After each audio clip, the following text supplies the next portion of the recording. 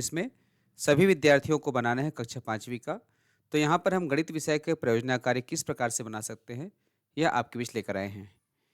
एक चीज़ और निवेदन करना चाहूँगा, मेरा जो मेन चैनल है, उज्ज्वल लक्ष्य, उसमें कुछ तकनीकी समस्या आई है, जिसके कारण से आप उसमें कमेंट नहीं कर पाते।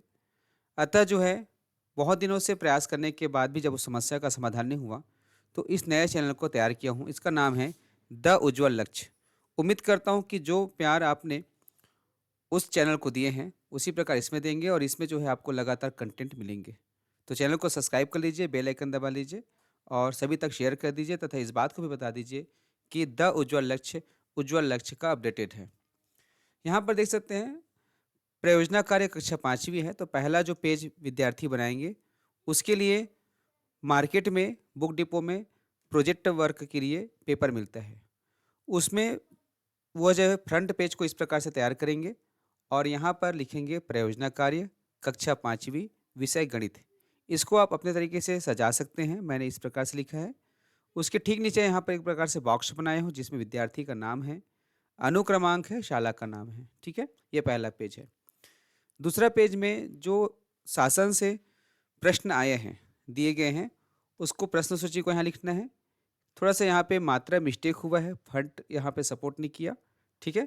तो इसको आप इग्नोर करेंगे। तो नीचे दिए गए 5 परियोजना कार्य में से कोई 2 पर कार्य करना है, ठीक है? इसमें से सबसे पहला प्रश्न है 5 वस्तुओं की लंबाई नाप कर तालिका बनाओ। दूसरा है 5 वस्तुओं का वज़न तौल कर तालिका बनाओ। तीसरा है अपने मन से 5 अंकों वाली संख्या बनाओ और उन्हें शब्दों में लिखो। चौथा है अपने आसपास की 5 सम्मित वस्तुएं जैसे पत्ती लाओ और उसमें सम्मित अक्ष बनाओ। पांचवा है कार्डबोर्ड से घन या घनाभ बनाकर लाओ। तो इस फाइल में जो है सभी प्रश्नों को किस प्रकार से लिखा जाएगा ये दिए गए हैं। आइए ध्यान से अध्ययन करते हैं। 12 पेज का है, इसको मैं बड़ा कर देता हूँ। प्रश्न क्रमांक पहला है 5 वस्तुओं की लंबाई नापकर तालिका बनाओ। तो विद्यार्थी क्या करेंगे, सबसे पहले उसके पास जो स्केल होता है उसमें से कोई भी 5 चीज़ों को नापेंगे और यहाँ पर लिखेंगे हमने सबसे पहले 5 अलग-अलग वस्तुओं की लंबाई को स्केल से मापा, जिसकी माप नीचे तालिका में दी गई है। ठीक है? यहाँ पर जो वस्तुएं दिया गया है वो उदाहरण है, आप अपने घर की वस्तुओं को नापनेगा। क्रमांक, वस्तु का नाम, लंबाई सेंटीमीटर में। जैसे एक जो गिलास होता है उसको आप जब स्केल से मापेंगे तो लगभग वह 10 या 11 सेंटीमीटर का होता है। मेरे यहाँ जो गिलास है वो 11 सेंटीमीटर लंबा है, तो यहाँ पर 11 सेंटीमीटर मैंने लिखा। गिलास 11 सेंटीमीटर। चम्मच 10 centimetre, copy 16 centimetre, pen 8 centimetre और पेंसिल 12 सेंटीमीटर। यहाँ 5 वस्तुओं को कहा गया था, तो हमने 5 अलग-अलग वस्तुएँ लिए, उनकी लंबाई को इस प्रकार से लिखे हैं। आप भी इसको लिख सकते हैं। ये हो गया पहला प्रश्न। अब हम दूसरे प्रश्न पर बात करते हैं। प्रश्न क्रमांक दूसरा है 5 वस्तुओं का वजन तौलकर तालिका बनाओ। ठीक है? अब यहाँ पे क्या करना है, वस्तुओं का वजन तौलना है। तो यहाँ पर उत्तर आएगा हमने सबसे पहले 5 अलग-अलग वस्तुओं के वजन को इलेक्ट्रॉनिक तराजू में तौला, जिसकी माप नीचे तालिका में दी गई है। इलेक्ट्रॉनिक तराजू क्यों? क्योंकि आज के समय में विद्यार्थी अपने आसपास देखेंगे किराना दुकान में, तो उनके पास जो है इलेक्ट्रॉनिक तराजू रहते हैं। तो घर की चीज़ों को वहाँ पे जाके तौला सकते हैं। ठीक है? तो यहाँ पर इसकी भी सारणी बनेगा क्रमांक, वस्तु का नाम, वजन किलोग्राम में।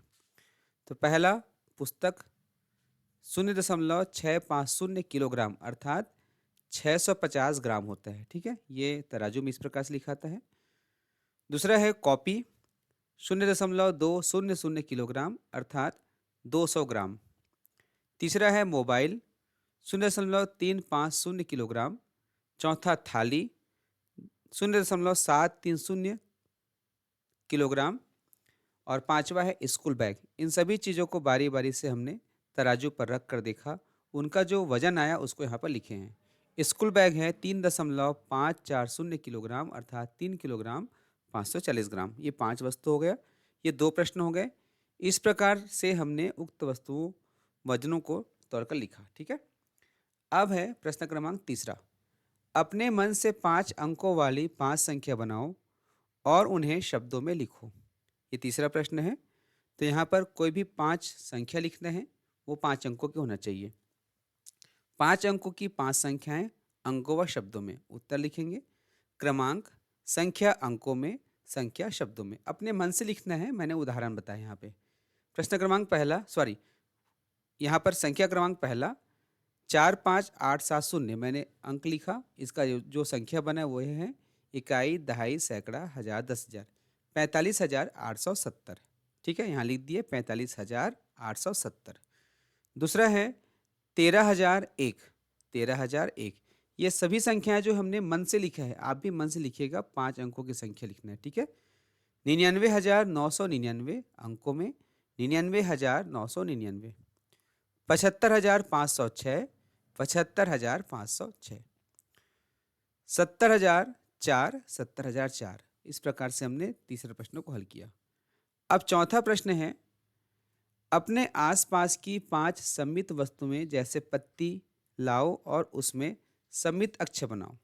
ठीक है, तो सममित आकृति क्या होती है, सममित अक्ष क्या होता है, इसमें स्पष्ट कर दिया हूं। सममित वस्तु में जब किसी वस्तु को 2 हिस्से में इस प्रकार विभाजित किया जाता है कि दोनों हिस्सा बिल्कुल एक ही जैसे दिखे, तो वे दोनों सममित वस्तुएं कहलाती है। और जिस जगह से उसे काटा जाता है वह सममित अक्ष कहलाता है।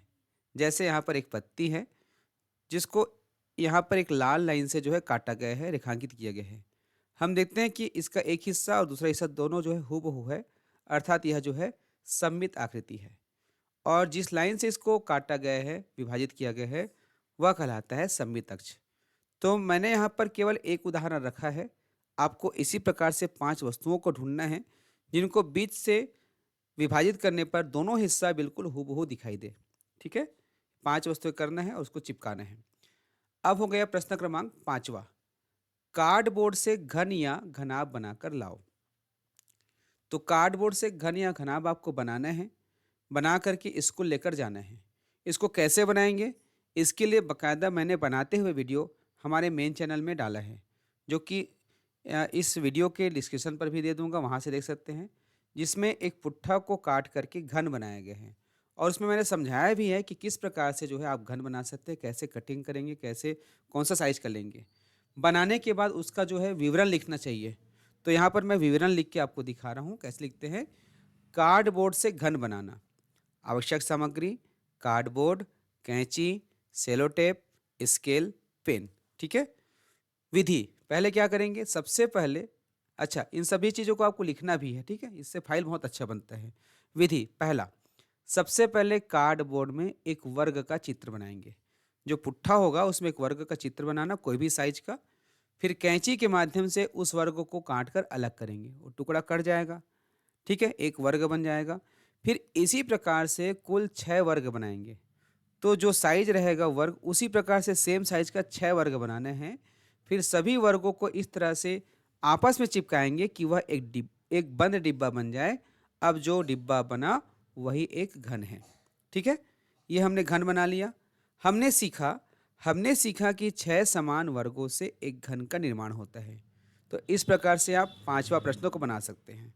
ठीक है, अब इसी प्रश्न का दूसरा भाग, अच्छा इसमें चित्र भी बना दिया हूँ घन का, देख सकते हैं यहाँ पर घन का चित्र है।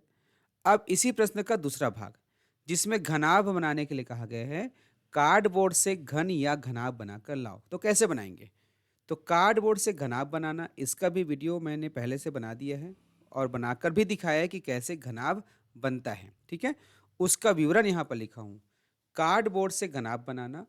आवश्यक सामग्री, कार्डबोर्ड, कैंची, सेलोटेप, स्केल, पेन। विधि, सबसे पहले क्या करना है, सबसे पहले हमने एक घनाभ की लंबाई, चौड़ाई और ऊंचाई को सोचा, जो कि क्रमशः 15 सेंटीमीटर, 12 सेंटीमीटर और 18 सेंटीमीटर है। अर्थात जो घनाभ होगा उसकी लंबाई कितना होगा, 15 सेंटीमीटर, चौड़ाई 12 सेंटीमीटर और ऊंचाई 18 सेंटीमीटर है। उसके बाद कार्डबोर्ड से 15 सेंटीमीटर लंबा और 12 सेंटीमीटर चौड़ा 2 आयत काटा।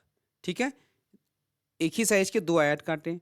उसके बाद कार्डबोर्ड से 15 सेंटीमीटर लंबा और 18 सेंटीमीटर चौड़ा 2 आयत काटा। अर्थात देख सकते हैं, पहले 2 आयत का साइज अलग है, दूसरे 2 आयत का साइज अलग है, तीसरा है उसके बाद कार्डबोर्ड से 12 सेंटीमीटर लंबा और 18 सेंटीमीटर चौड़ा 2 आयत और काटा।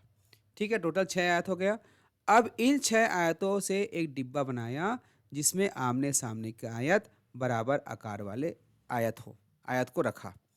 इस प्रकार से बना डिब्बा ही एक घनाभ है।